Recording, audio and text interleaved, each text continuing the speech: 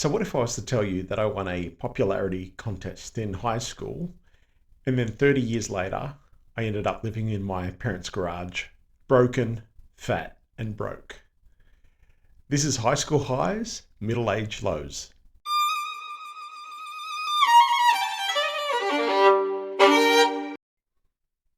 G'day, it's Mark from Failurist here.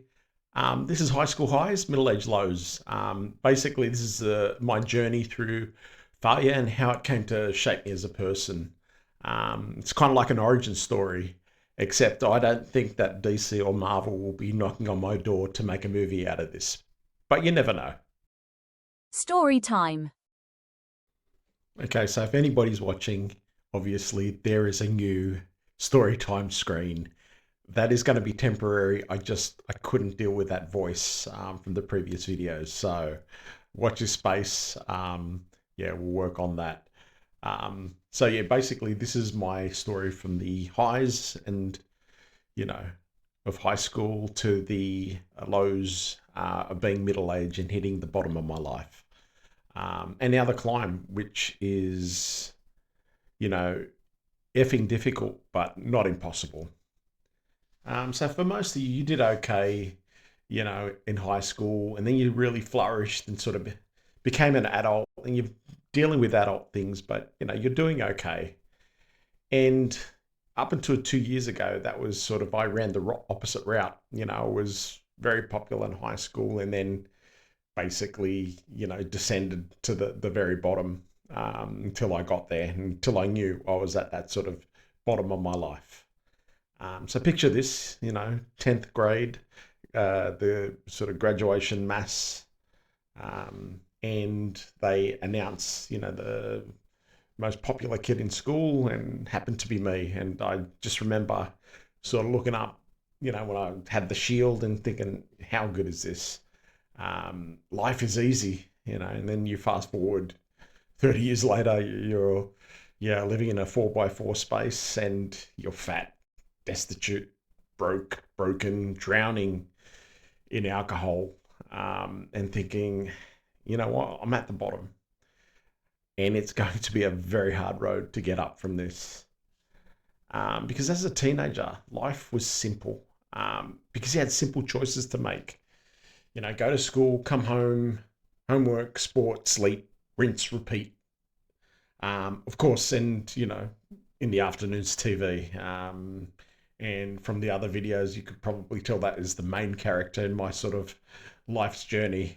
Um, so the problem for me is I always thought that life was linear, not dynamic. When things are easy, they're always going to be easy. You don't have to put the work in, and for me, that was school, that was uni, university.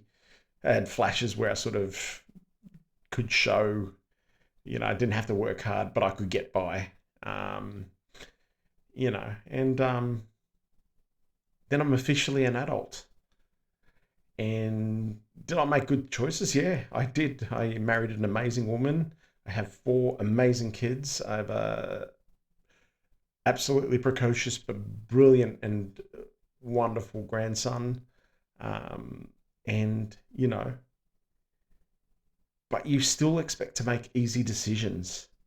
And when you're presented with hard choices, you take the path of least existence resistance because it's easy, The it's a hard choice, easy choice. There's no real choice to make. Make the easy one. Avoid the hard one.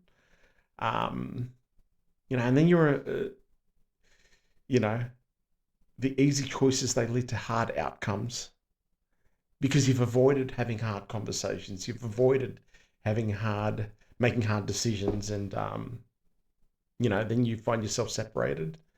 Not enough money to sort of make ends meet. You have forsaken exercise, forsaken diet, and at the same time, food just starts to get really, really tasty. And you eat because you're unhappy, and you're unhappy because you eat, and you drink, and you can't get enough of it. And you happen to go through COVID, and you're with yourself, and there's no one telling you you can't drink, and you just drink and drink, and life's good, at least for a little while.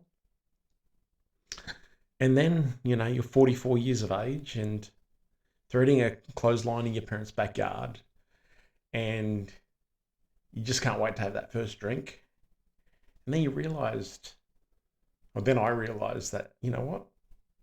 This is the bottom. This is the bottom of my life. I am living in my parents' garage and, struggling. And I'm there with that knowledge. And you've only got one sort of real choice to make. Is it up or down at that? Because you're at the bottom and down is not an option.